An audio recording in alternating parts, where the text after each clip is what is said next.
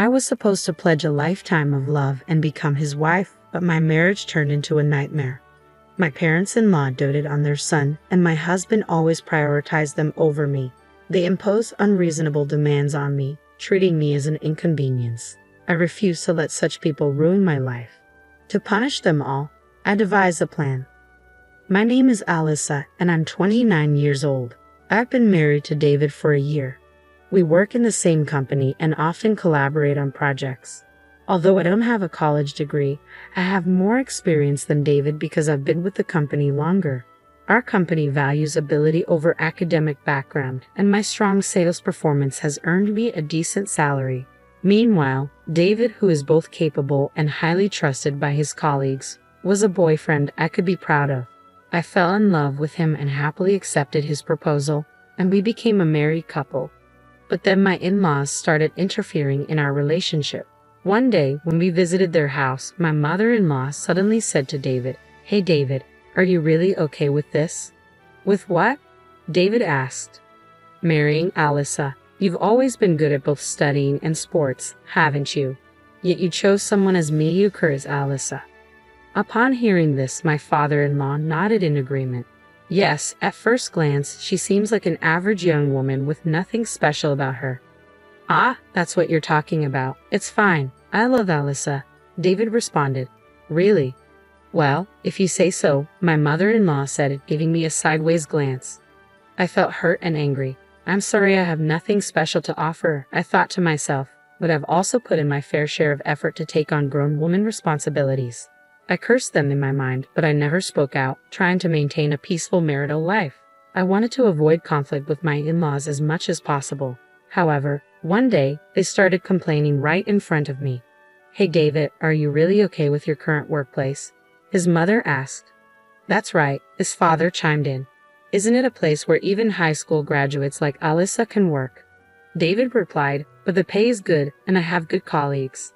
"You're not the kind of man to stay in the same place as high school graduates, are you?" his mother persisted. "You're smart. There must be many other good jobs out there." They kept glancing at me as they tried to persuade David.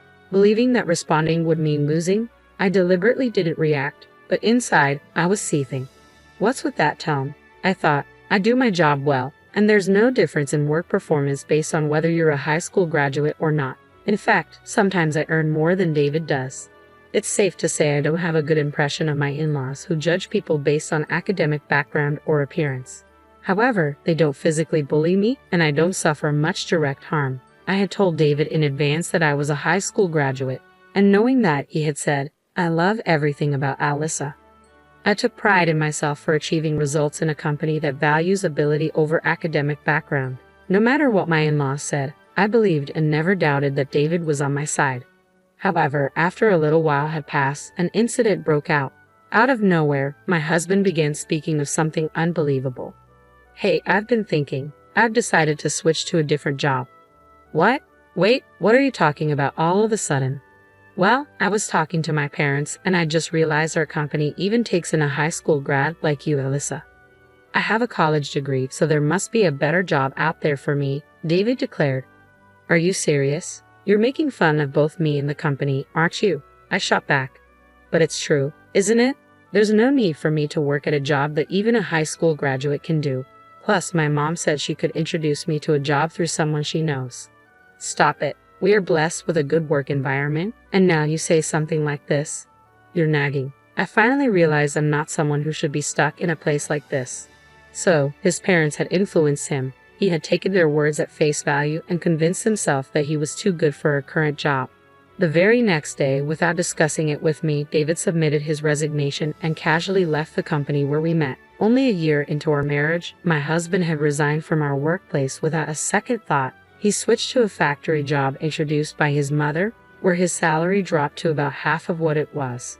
The only advantage, if any, was that it was close to home, making commuting easier. About a week after starting his new job, David began to complain about the factory. "That guy never went past middle school, but he has the nerve to tell me what to do," he shouted, scattering his clothes around.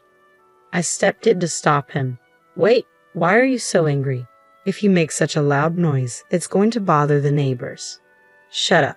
Why do I, a university graduate, have to be bossed around by a low-level boss who's just a middle school graduate? Well, you just started there. It can't be helped. He's your boss, right? I don't care. He can't even study, but he has the nerve to boss me around. Damn it. Who's the real problem here? What can a newcomer do without instructions from their boss? You chose to switch jobs, so bear with it a little, I retorted. I know that already, he snapped. I wondered how long he could endure this situation. My attempts to soothe him and get him to work each day were becoming a constant struggle. My doubts were confirmed when one day he caused a major issue at the factory. You broke the factory equipment, I exclaimed in shock. It's not my fault. It's that damn boss who pissed me off, he retorted, slamming his hand on the table. But that doesn't mean you should break the factory equipment. That's absolutely unacceptable. What were you thinking?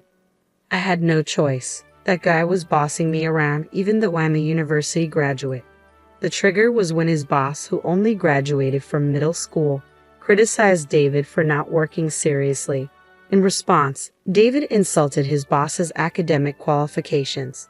The fault was entirely with my husband, and everyone present sided with the boss. Enraged by this, David went into a violent rage. In his rampage, he damaged part of the conveyor belt, stopping the production line. As a result, he was fired and faced a large claim for damages. Since it was a factory that his parents had introduced, the damages had to be paid entirely by David and his parents. Consequently, not only did David lose all his savings, but his parents' retirement fund also seemed to vanish in an instant. Though my parents are struggling right now, they're moving into this apartment next week, David said. I let out an absurd gasp in surprise. Living together? I never heard about this.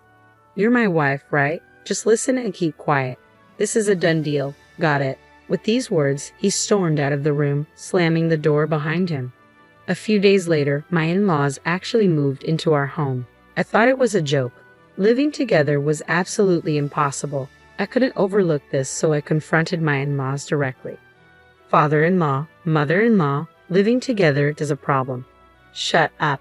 It's your fault our son couldn't make it at the factory, my father-in-law snapped. That's right, you neglected David's mental care, didn't you? My mother-in-law added. Wait a minute, how is this my fault? Can't you shut up? Our life is a mess because of you, my father-in-law shouted. That's right, if you had done things right, this wouldn't have happened. It's all your fault, so living together is natural, right? Ha! What kind of logic is that? Living together is impossible. Shut up. Our home was rented and we've already terminated the lease. There's nowhere else to go, my father-in-law insisted. That's right, we have nowhere else to go other than here, my mother-in-law echoed. Despite moving in without permission, my in-laws had a lot to say. Furthermore, my husband began to insult me, egged on by his parents. Hey Alyssa, I married you. You should be happy to be married to someone as excellent as me, shouldn't you? Forget about that. Can't you start looking for a job soon? It's hard on the household finances now that we're living together. What did you say? You're cheeky for a wife. Supporting your husband is a wife's duty, and supporting your husband's family is also a wife's duty, right? I was getting sick of my husband spouting nonsense as if it made sense. Moreover, neither my husband nor my in-laws helped with the household chores at all. I had a job too, so I couldn't make elaborate meals, and the cleaning inevitably got neglected. No matter what they said, I kept a cool attitude, saying, because it's hard on the household finances. If they weren't happy with it, they could cause the situation should handle it. I kept this attitude for several days until one day my husband finally vented his frustration. Hey, what's with your attitude? You're lacking respect for me and my parents. Enough already. I work every day and do all the housework on top of that. You don't help at all, but you complain constantly. Ha, what's with that tone of voice? You don't seem to understand your place, do you? My husband sneered, shoving divorce papers in my face. He had even kindly signed them. What is this? I asked, taken aback. Can't you see? It's a divorce paper. Even a high school graduate can understand that, right? Are you serious? Of course. If you have complaints about me and my parents, then we're getting a divorce. Staring at the divorce papers, my husband spoke with a triumphant look. Let me tell you, even if you throw it away, it's useless. I have more prepared. Understand, if you don't want to be divorced, listen to what I say, you stupid high school graduate wife. In that moment, my rage burst forth from my entire body. I couldn't stand to be with these people anymore. Since he went to the trouble of preparing the papers, I put them to good use. Clutching the divorce papers, I began to plot my revenge. First, I recorded the numerous insults from my husband and in-laws on a voice recorder. Then, I documented instances when my belongings were deliberately broken. I made sure to document everything. By this time, my husband had started working odd jobs, but none of them lasted more than a week. It was as if he had given up on our family. One day, as soon as my husband came home, he opened his mouth. "Oh man, I quit this job too. It was too boring." "Huh? Again? You have no right to complain to me," I replied. "Right, Dad? Mom?" My in-laws just nodded with smiles. This was a usual occurrence, but on this day, my father-in-law delivered the final blow. "Speaking of which, I've quit too," David's father announced. "What? Father-in-law, what are you talking about?" "That's what I'm saying. I've quit my job. I'm planning to live off you, Alyssa." "Wait, what?" "You see, my son is too brilliant and prideful to work under those who only graduated from middle or high school. We're counting on you, Alyssa, a high school graduate, to work hard." "Yeah, let's count on our lowly educated Alyssa to work hard, right dear?" My mother-in-law chimed in. What were they even saying? They intended to live off not their son but their daughter-in-law. I couldn't stand it any longer. With my father-in-law and husband's simultaneous resignations, I finally decided to put all my plans into action. The first thing I did was to sign a contract for a new apartment. It wasn't for all of us, of course. It was a new place for me alone. However, I needed time to move without my husband and in-laws noticing, so I gifted them a 5-day trip to give me time to pack. Upon receiving the trip tickets, my mother-in-law was thrilled. "A trip? Oh, Alyssa, you do have a knack for these things every once in a while. I owe a lot to you all. But are you sure, Alyssa? You can come with us if you like." "No, I have work. Please enjoy yourselves without any interruptions." "Oh, really? Well then, we'll take you up on your offer and have a blast." When the three left for the trip in high spirits, I carried out my planned move. During this time, I shipped my husband and in-laws' belongings to a weekly rental apartment. I had booked and canceled the lease on our current apartment. Of course, I bore all these expenses. It was a painful outlay, but I considered it a necessary expense for my revenge. A few days later, my husband, who must have returned from the trip, called me. "Hey, what the hell is going on? I can't unlock the door." With a smirk at the sound of my husband's frantic voice, I calmly responded, "I suppose I've already canceled that apartment." "What? Canceled? What are you talking about? Explain properly." "For now, I've stored all of our belongings in a weekly apartment nearby. Feel free to do as you wish from there." "What? What does that mean? You're always doing as you please. If you get too cocky, you'll pay for it later." "Are you threatening me? Should I call the police?" "Damn it." My husband cursed. "How dare you, my foolish wife." I dropped a bombshell. "Oh, I'm not your wife anymore."